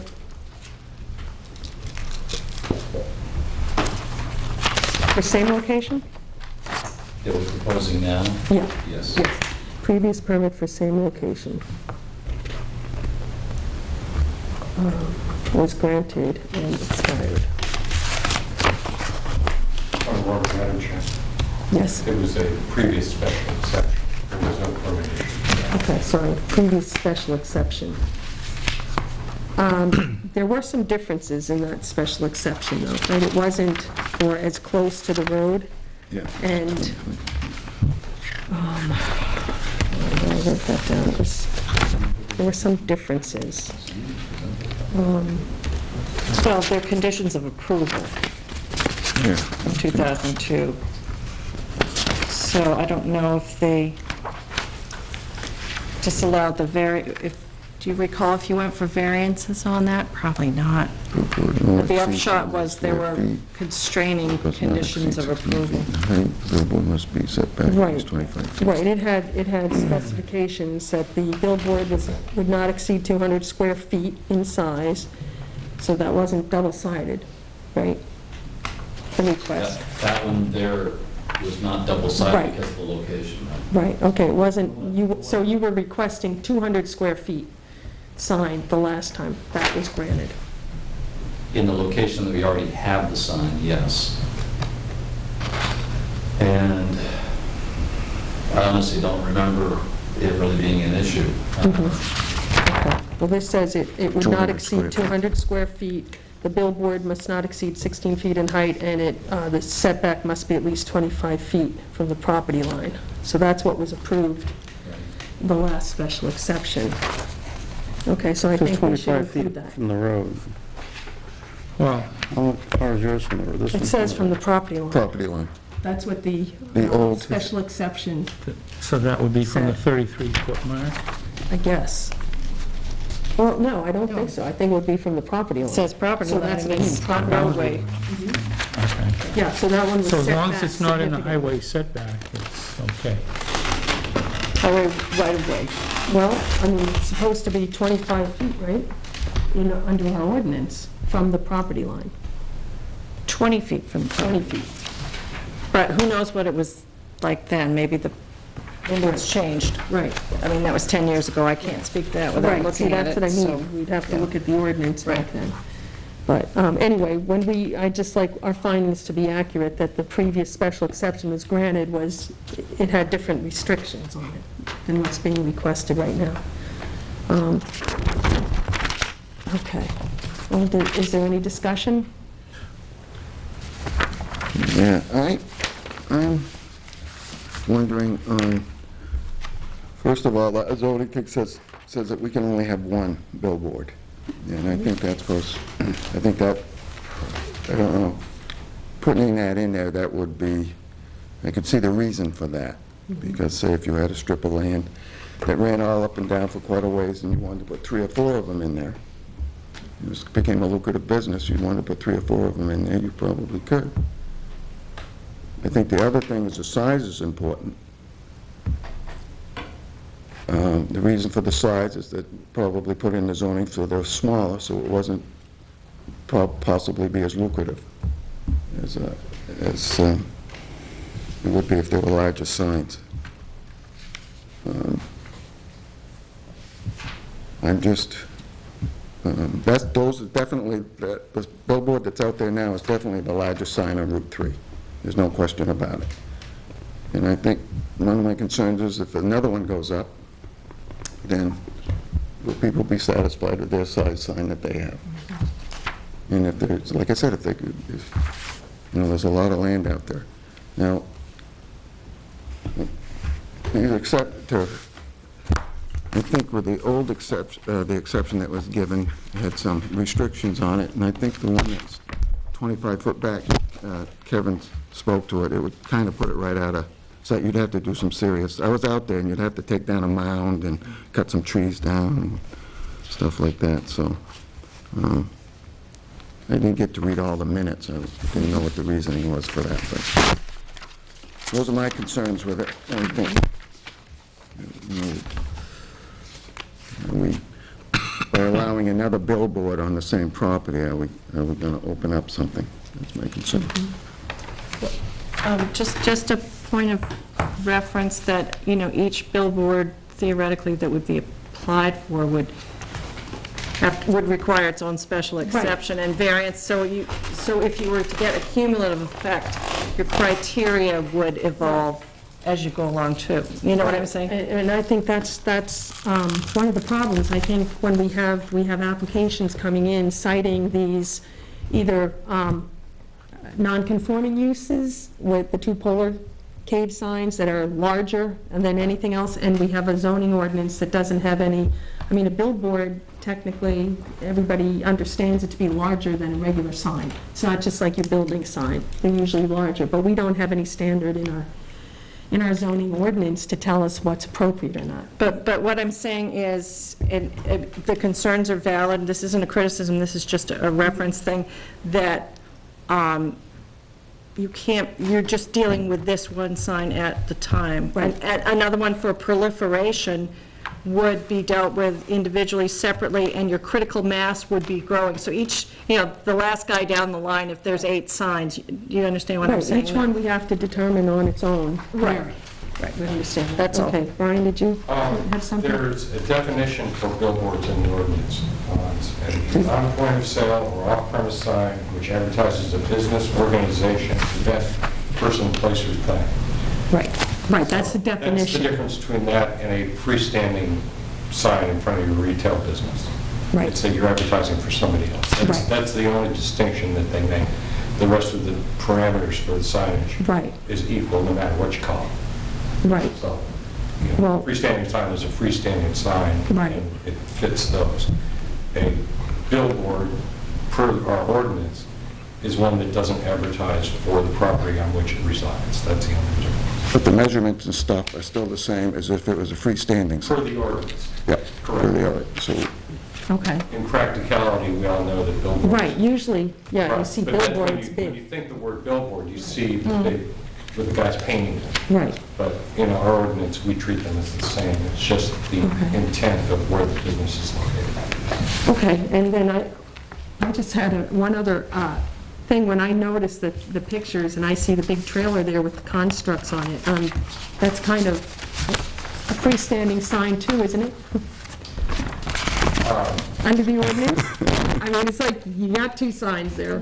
One is on premises, but I think If that is a registered and inspected trailer, then it is not signed. It's a business. Right, okay, but I mean, size-wise, it was just curious to me that the trailer's probably bigger than the signs. So Brian, could you put a registered and inspected vehicle on the lot on Tenny Mountain Highway also? With a sign on the side of it that says whatever? Not if it was just parked there. And a similar situation came up, if I can digress a little bit. At the old Reinhardt property, there was a boat advertising Squaw Marina, or a marina on Squaw Lake. And I caused them to remove that because it was a billboard. It wasn't a customarily vehicle. Neil has livery on his truck. It says MacGyver, right? That's essentially a sign, but because it's on your vehicle, it has that. Brian's vehicles, I'll say constructs on. We don't consider them signage because they're all on the road doing something else. They're not just parked there advertising. That's not actually storage. Okay. Yeah, okay, any questions, anybody else? So why don't we, yeah, I'm sorry, I forgot to ask, Eleanor is gone, to see if she wanted to say, anybody from the public wanted to say anything. But why don't we go through our criteria? And we'll start with number 1, let's start with Howard again, orderly. Number 1. True. The proposed uses shall be only those allowed in the ordinance by special exception. True? True. Freeman? True. True. True. I'll just cite page 24, section 408.4. Butch? true. Okay. Number 2, the specific site is an appropriate location and of adequate size for the use. I'll say true. I'll say true on this. True. Okay.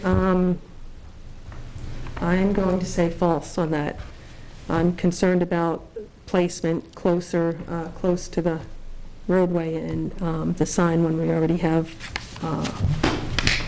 one other billboard on the same lot, and it's close to the driveway.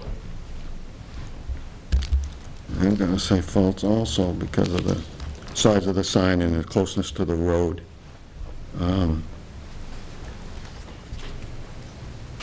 Okay.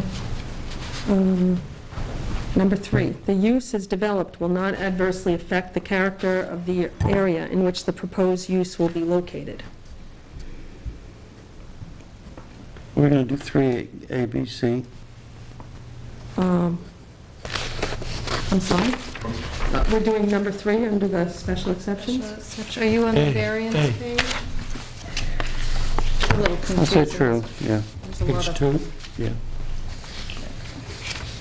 I'm going to say false. There again, we're building up on billboards. True. Excuse me, I'm sorry, I didn't hear what Howard said. True. True, I said true. okay. False. Freeman's false. True. For Neil, okay, thank Neil you. is true. I'm going to say false. Again, concerned about the request for a sign that's two-sided, which would basically be 4 times what's allowed under the ordinance. I'm saying false for the same reason. Okay, number 4, there will be no nuisance or serious hazard to vehicles or pedestrians. I'll say true. I'll say false for vision again. True. I'll say false. I'm concerned about the curve and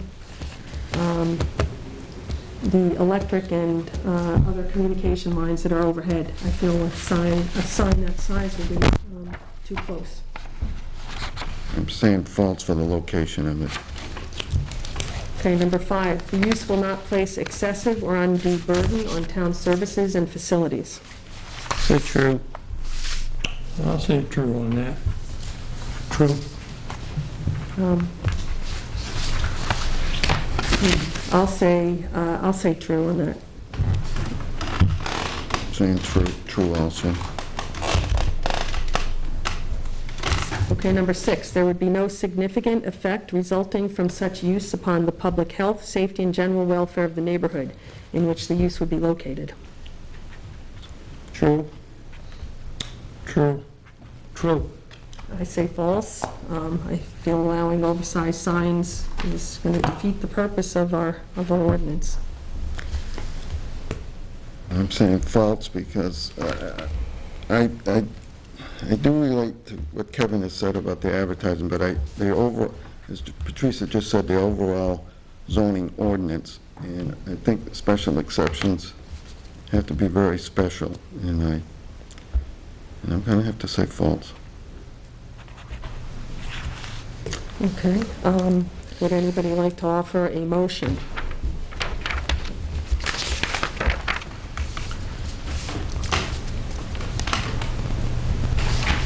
I make a motion that this request is denied.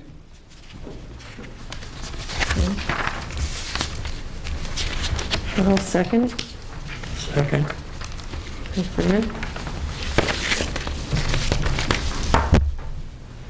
All in favor? Aye. Opposed? Nay. Nay. Okay. No, and... Okay. Sorry, the motion to deny. Okay, application.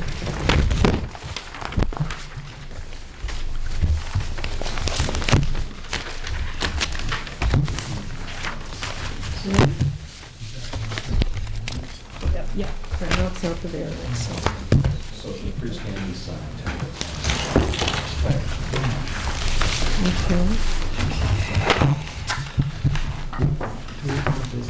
We have to Yes, do we have, officer. Make a motion to adjourn. Hold it, sorry, Howard, we have something else on the agenda. If I can find it. Who's it? Two zoning relief applications. There's something here. No, it's just an FYI, it's an informational point of item that I'm going to speak to. I have an agenda.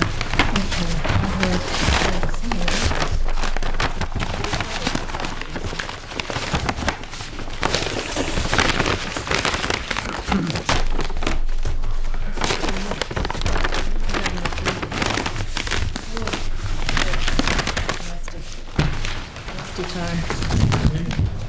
Allergies. Allergies.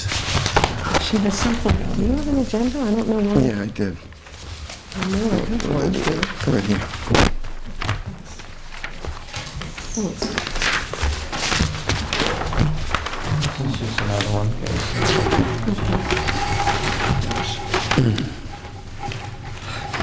Hunt Road land issue. Okay, where is Hunt Road? Is that a new road? Hunt Road comes in, or actually it starts off Route 3A, Okay, down by Newfoundland. It comes through Bridgewater, which isn't too far. The Bridgewater town line's down probably in here. Cuts across like that, and then a short section of it's in Hebron. And then it comes out and actually goes out into Bridgewater again on the other end of it. It's class 5 to, well, it's an area about here on the other end. And it is what Hebron refers to as a class 5 cottage highway to this point. Class 5 section ends about here. They have a designation of cottage highway is something that's seasonal. They maintain it, and they take care of it, but they don't maintain it in the winter. So there are people that live up, there's actually a house right here too. It's in Hebron, and then there's another residence there. They plow it in the winter, but the town does. okay. And the person that's interested in buying and purchasing this property could put a single-family residence on, even though it's on a Class 6 road now, he can do that. What he wants to do is he wants to make this a family compound. He wants to have a lodge and like 5 outbuildings that are like cabins that, are more or less for sleeping things and stuff like that. Then he wanted to have a garage or area down near the road for storage of vehicles and things of that nature. So what he wanted to make, and he would improve this section of road, not to Class 5 specs, but so that he could access his property. Then he would have to replace the bridge or culvert over that brook. There's a longer bridge there now. You'd have to upgrade that. So he wants to upgrade it to that point, just so that they can get construction vehicles and things like that, and access to themselves. What he just wants to know is that he can, when he purchases it, instead, if these were all connected as one building, there's no issue. There's no, I'm sorry? You can have a residence on the lot. The fact that he wants to have a compound and have different outbuildings is, he just wants that, it doesn't prohibit it, but he just wants to make sure that that's, allowable. And that's, like I said, if he connected them all, then it's one building, and that's What's the size of the lot? Oh, it's 383 acres. 383 acres. Frontage on Hunt Road. And the only issue here really is Hunt Road's a Class 6 road. Okay, so you said this portion is Class 5 cottage. That's what Hebron calls it. That's their designation for Okay, it. and in front of, along his frontage is Class 6? It's Class 6, and that's Plymouth's designation of that road. Okay, that's Class 6, all right. Just a clarification, and actually, Mr. Murphy should speak to this also, which I think he intends to, just because of what is going on. I mean, it's an up-and-coming issue, but the Select Board just passed, approved paperwork and passed a policy to create a situation where if anyone is building along Class 6 road now, they have to sign a waiver of liability. Right. So that's Which just they do been... in other towns. Right, it's very common, but for some reason or another, we had gotten halfway through the process and it had never been fully recognized, so it is now, it's all legit. All the paperwork's in place on that. Right. Class 6. Whereas a week ago, 2 weeks ago it wasn't. Comes in off 3A. Is this near Pike Hill? Yeah, it's kind of on the back. Plymouth Mountain is up here. I know Hunt Road comes in off of Dick Brown Road. Right, yeah, right. In Bridgewater, it comes in, But that's pretty far from 3A. yeah, well, it is on this end, yeah. I mean, and it's a good distance from here down to 3A, but that's where Hunt Hunt Road originates on 3A. And they travel it? What's that? They travel that road? Oh, yeah, oh, yeah, I mean, it's built, this road's all, it's built on, that there's, like I said, there's a house there, there's one here, and this is a fairly steep hill, and at the foot of the hill, there's a, in fact, John Kelly used to live there, there's a house there. that Oh, yeah. is, John Black lives out there. Yes, yep. Okay, wow, man, that's rough country. It's rustic. Well, I know, I like the idea of a family compound. But, I mean, we definitely need to have the, work on waivers for Class 6 roads people are building out there. So this isn't really, is Brian, were you going to talk to us about this? I was just waiting. Should have a waiver recorded in the registry of deeds. Yeah, it's going, yeah, absolutely. And this is all in conversation, and this is the idea of a campus development, where it's all an associated use. In this case, it's restricted to a particular family. Anything that we ask as far as keeping it from being subdivided or grandfathered or anything else will be obviated, because any agreement that the town makes with the developer, which is a family, same family, will be recorded in the registry of deeds. So it has the same force as something that would come out of the ZBA, for example. It would travel with the land. If they sold it, they could always seek to subdivide. And that's the problem with this. The reason that, well, one of them, that you couldn't give juniors each their own parcel is because they can't subdivide along the Class 6 road without bringing that up to Class 5 standards. Oh, I see. So, and like Kevin was saying, because the intent of this is to hold it as a family compound. It's massive acreage, as you've heard, and it would have basically, it's the way it was brought to me, would be, as Kevin said, a large gathering, great room type building and sleeping cabins scattered about. As far as kitchen facilities are concerned, we pretty much leave that up to them. If they propose putting a full kitchen and say they share a septic system with each of the cabins, then that would also be recorded in the deeds as being one owner, unsubdividable, yada yada. Whatever we want to put in there in order to preserve it as they propose it, we'll do that. So there'll be a lot of backing and forthing, probably from their attorney and the town, just getting the signatures, and when everything is signed off, they'll be able to do it. It won't preclude him from fixing the road right now, because as a property owner, that's his right. So he's probably going to go ahead with that just to access it, even without further development, because they could always use it for camping, and the town, well, we never know. It's way out there, and the other is the impact is so low that. Well, how does that differ from, say, calling it a campground? I mean, if you're talking about little Because it's lodges. family related, and it's restricted that Butch won't be able to buy a cabin off this guy. Right. Because it says right in the deed that it would be blood relations of the proposer, his sons and daughters and their heirs in the sign, probably. As far as further development, as you get more grandchildren, there's provisions that can probably be made that we haven't even had that conversation yet.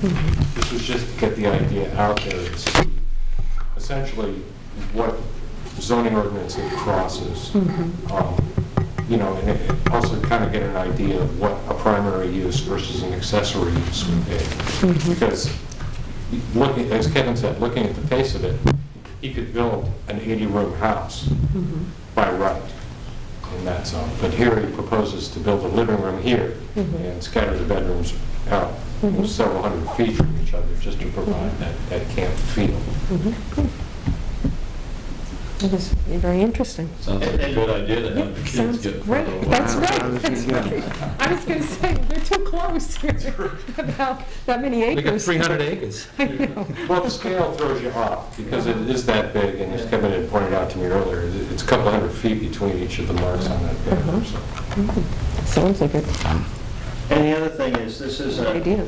it's, although it's large, it is a single-family use. And the other thing is, the other designation is, when you say, like a campground, none of this is for sale, rent, or lease.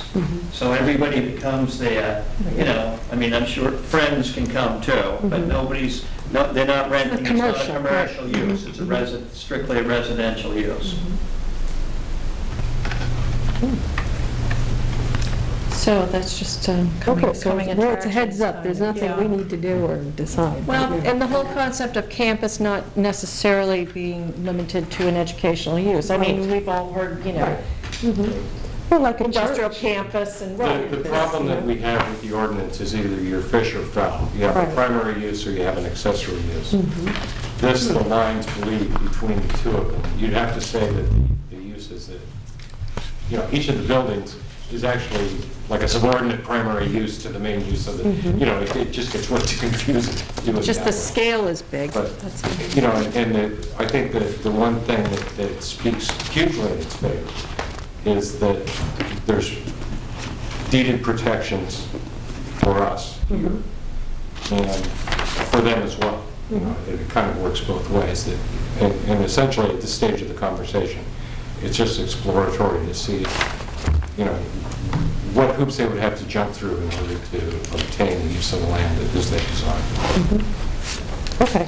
And what I like about the deeded, agreement, MLI, whatever you want to call it, is that it clearly puts down what the intended use is now. And so in, 20 years, when somebody else is back in and something else is happening, somebody doesn't come in and say, well, what was that then? How big was that sign then? And what did it say? We say, okay, this is what they intended it to be. If you want to change that now, then these are the provisions they left. Yes, you can subdivide it if you bring it to Class 5 standards or whatever the, criteria is at that time. But at least that way, there's no, I always hear about, well, we set a precedent. And that's a concern. But when you record these things, and then the next guy coming in can't say, gee, I bought the property, Right. and there were 6 buildings on it, I thought I could get 6 different units, because you can say, no, clearly you couldn't. So, Well, it sounds like a good project. How far is it from 3A to this property? yeah, that's one thing I didn't tape, but I would say it's a good couple miles, probably. Yeah. Because it's, it's over a quarter mile from there up to there, just, And it's even further from the Class 5 section at the other way, going up. And there are, I think I guess there's one house that's on the Class 6 section. And I think that there's another new house that's on the very end where it changes from 5 to 6. And interestingly, I don't know, which is something that might, just an aside, I don't know when I look to find out where's Class 5 and where's Class 6, that's kind of a murky designation too, just for your own benefit, because it was kind of, and, so we start plowing here. Well, that, I guess, de facto is the end of the Class 5 and 6, but, I don't know, just for your purposes, that needs to be, anything that's. Straighten out, yeah. Is the road washed out? No. Actually, you can drive very easily with a pickup from here to there. You can drive a pickup, let's see, there might be one stream, a culvert that you wouldn't want to get over on this side, but you can drive, you can, like, I've driven up several times.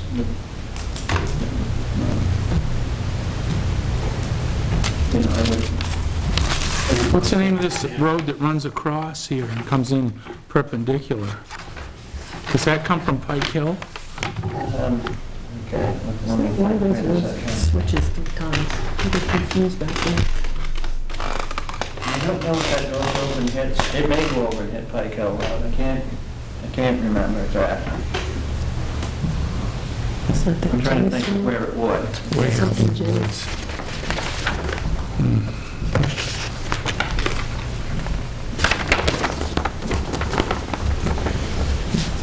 And that's not, I haven't asked, but I think that's a class 6 road. Pretty sure of that, based on the looks of that, because it's not anything.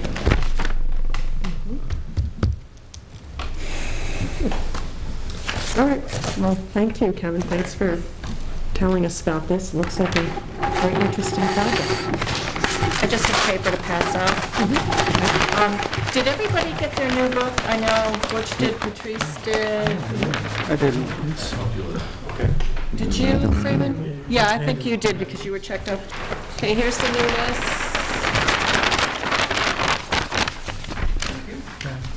The new list. Thanks, Helen. The new list of members and just contact information. We have some changes, as you know, to the zoning, very, very small, that one thing, and then the title page and this and that. But we also found, thank you, that we had some pagination issues with the pages getting out of sync. So I had Mary print new copies for everybody. They're 3-hole punched, so they can go in your red books if you like, whatever you want to do. And Butch, you just got a brand new one today, so, or yesterday. Yesterday. Yeah, so this supersedes that one. Okay? That's all I have. Something. Okay, corrected. All right, is there anything else? Mary, you want to fill us in on? Now it's your turn. Make a motion to adjourn. Okay, Second it. all in favor? All right. Aye. Thank you. Thanks for carrying through this one. Stuff all put away.